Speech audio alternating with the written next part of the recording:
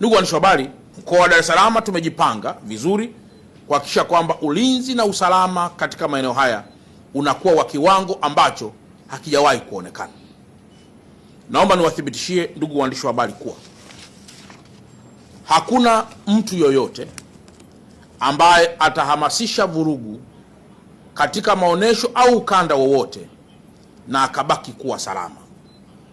Vyombo vya dola pamoja kwa kushirikiana na wananchi wenyewe tumejipanga kwa dhati kuhakikisha tunaendelea kulinda taifa letu ili lisivamiwe na adui yoyote wa ndani au nje ya taifa letu. Kwa kuwa maonesho haya ni kielelezo kikubwa cha utajiri wa Mtanzania, na kwa kuwa ni kielelezo kikubwa cha fahari ya Mtanzania, na kwa kuwa ni kielelezo kikubwa cha utamaduni wa Mtanzania, tutaendelea kuhamasisha wananchi wote, moja, waweze kushiriki, lakini mbili, waweze kushiriki kwa kufanya biashara, lakini tatu, kwa kuweza kushiriki kuilinda amani ya taifa letu. Na ushiriki pekee wa kulinda amani ya taifa letu ni njia moja tu: kataa vurugu, kataa fujo, muoneshe mtu yeyote ambaye hana nia nzuri ili tuweze kumbaini na vyombo vya dola viweze kushughulika naye. Wananchi wote wasiwe na mashaka namna ya ufikaji hapa Sabasaba. Tunaanza tarehe 28, lakini tunategemea kwamba maonesho haya rasmi yatafunguliwa tarehe 3 ya mwezi wa 7 mwaka 2026, lakini ufunguzi rasmi ambao unategemewa kuwa na mgeni rasmi mzito utakuwa ni tarehe 3 mpaka tarehe 3 ya mwezi wa 7 mwaka 2026. Ni maonesho ya jubilei ya miaka 50.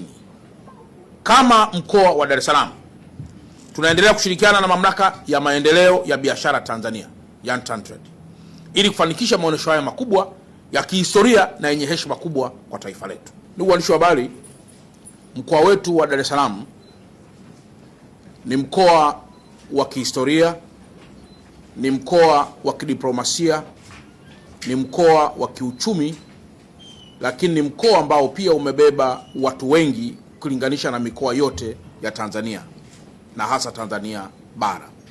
Utofauti wa mwaka huu ni kwamba tangu tumeanza maonesho haya sasa tunatimiza miaka 50. Kwa hiyo kutimiza miaka 50 sio jambo dogo, na ni jambo ambalo tunapaswa kuendelea kujivunia, kwa sababu yamekuwa ni maonesho ambayo yanahamasisha uchumi wa mtu mmoja mmoja, uchumi wa vikundi, lakini hata uchumi wa taifa letu kwa ujumla wake.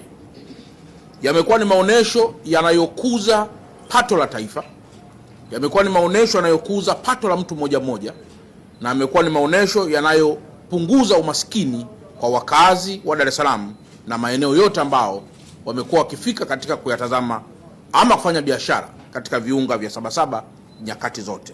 Kauli mbiu ya maonesho haya ya mwaka huu 2026 ni maonesho ya biashara ya kimataifa, Sabasaba, fahari ya Tanzania.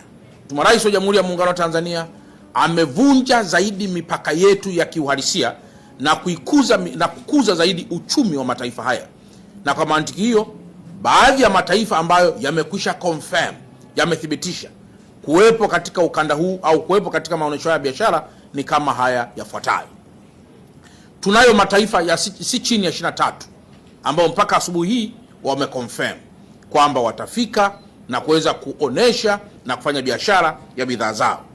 Lakini nchi ya kwanza ni Misri, Rwanda, Kenya, Ghana, Kongo, Hong Kong, Uganda, Angola, Burundi, Japan, Uturuki, China, Poland, Sudan, Syria, Southern Korea, Taiwan, nchi za Falme za Kiarabu, Palestina, Iran, Urusi, Singapore na Msumbiji.